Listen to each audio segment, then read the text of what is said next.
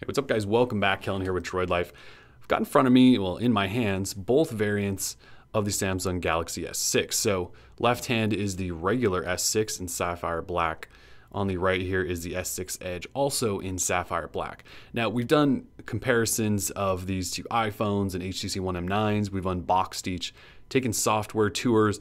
Tim's even showed you the software benefits that are specific to the Edge. We've kind of given it to you all as we ramp up for our full reviews here. But what we hadn't done yet is just sort of get them both on camera together to sort of show you just the subtle differences, talk about them. Basically what we're trying to do is as we get to April 10th, which is just a couple of days away, and also the official launch of each, help you decide Edge or no Edge. And so we thought we'd just talk about some more stuff here. So let's jump into that. In terms of specs difference, there's not a lot here, right? So we're looking at 5.1-inch Quad HD AMOLED panels that are stunning. Obviously, the Edge has a dual sort of edge side to it that rounds off. So you get a different kind of viewing experience at times. That's kind of the difference in the panel. You have 5-megapixel cameras up front, home buttons that have built-in fingerprint sensors that actually work.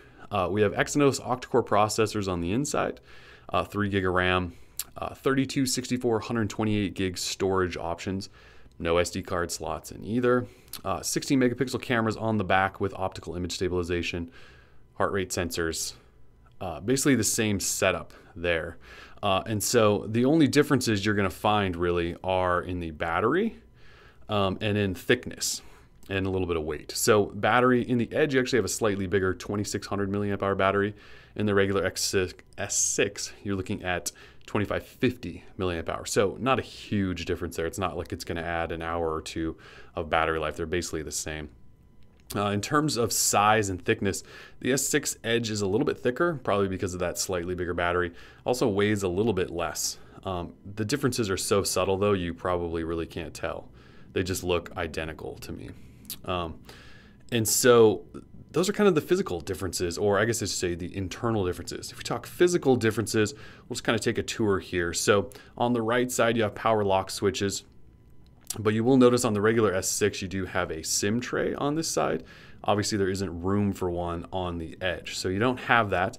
But if we flip up top where the IR blasters are, you can see on the S6 Edge, there is your SIM tray. So they moved it up top, adjusted the mic placement a little bit as well. If we flip over to the left side, you have volume rockers in the exact same spot, and that's pretty much it. If we move to the bottom, they look identical. Speaker, microphone, micro USB, and headphone jack, all in the exact same spot. So again, both have Gorilla Glass on front and back. I mean, they really look identical from the back. It's when you get to the side where you can see a little bit of a difference. And then obviously when you get up to the full front and you start looking at different angles, you can really see how that Edge sort of rounds out. So here, I'll try to get you a good angle here. So you can really see the difference. You can really see the difference there. You know, it has that full silver metal panel up along the side on the regular S6, and it really does just cascade off on the S6 Edge.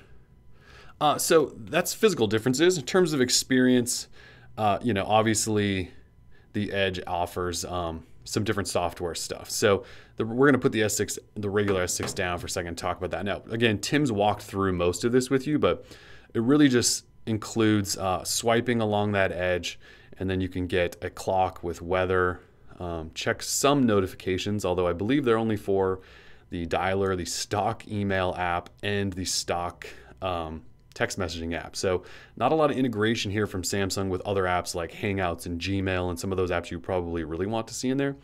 Hopefully, like with multi-window, when that was first introduced, Samsung will eventually start adding those apps to there, or it's just not going to be all that useful. Now, along with this, you can also, with the screen off mode, you can also add it as a nighttime clock that comes on automatically as your sort of bed clock, which is kind of cool.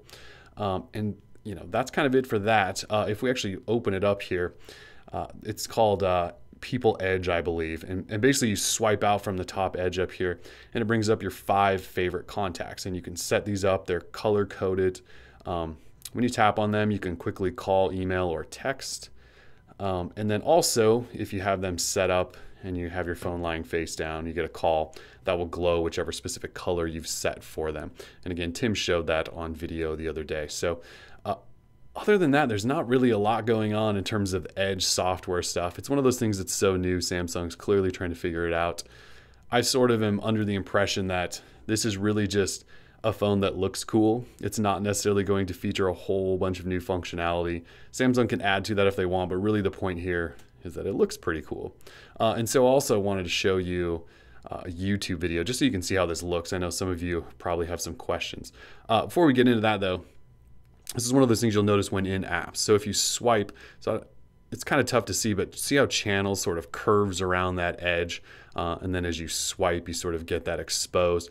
So it's kind of a neat little trick, but those are the subtle little things that the Edge does cool, is just show you a different sort of viewing experience at times. It's like it's teasing you and then it wraps around that edge. It's just a totally different viewing experience.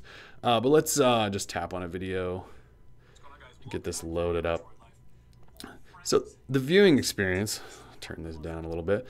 The viewing experience isn't really all that much different than the regular S6, but you do kind of get this vision of it rolling over the top, which doesn't take away from the viewing experience. It just sort of makes it a little different. You know, if we start tilting it, I feel like you just get a better angle at times. It's just a different look. Now there's been some complaints of, you know, if you're texting someone, the keyboard tends to be off to the side. You also have to reach way over to swipe in menus and things like that. But overall, just swiping around in it just feels cool. I keep using the word cool because I don't really know how else to explain. It's just a neat effect. When you put your finger over here on the edge, it's just round and smooth. And so whenever you're swiping or you need to go all the way to that edge, it just offers us something totally different than you'll get on any other phone.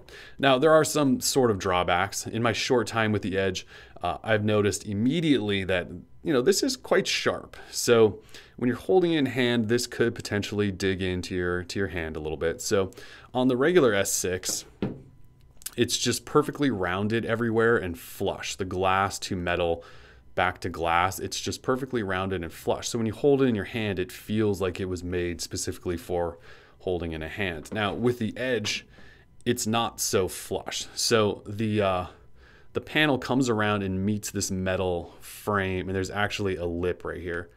You can see my finger's getting stuck on that. So there is a lip right there, and you can feel it. If you just run your finger up this, you can actually feel there is a sharpness to that edge. So you don't quite get that unibody glass to glass feel as you do on the regular.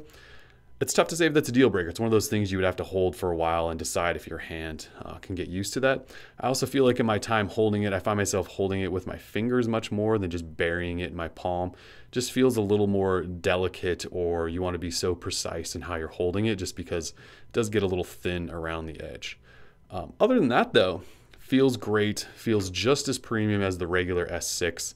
They really are two incredibly made devices. So if you guys have other comments or questions, we can take a look at anything you want. Again, we have them both in-house, S6 and S6 Edge. Full reviews are coming shortly, I promise. Yeah, that's it. So here you go, Edge one last time, regular S6 one last time. So yeah, if you guys have comments, questions, need anything else, let us know. For now, Droid Life, peace.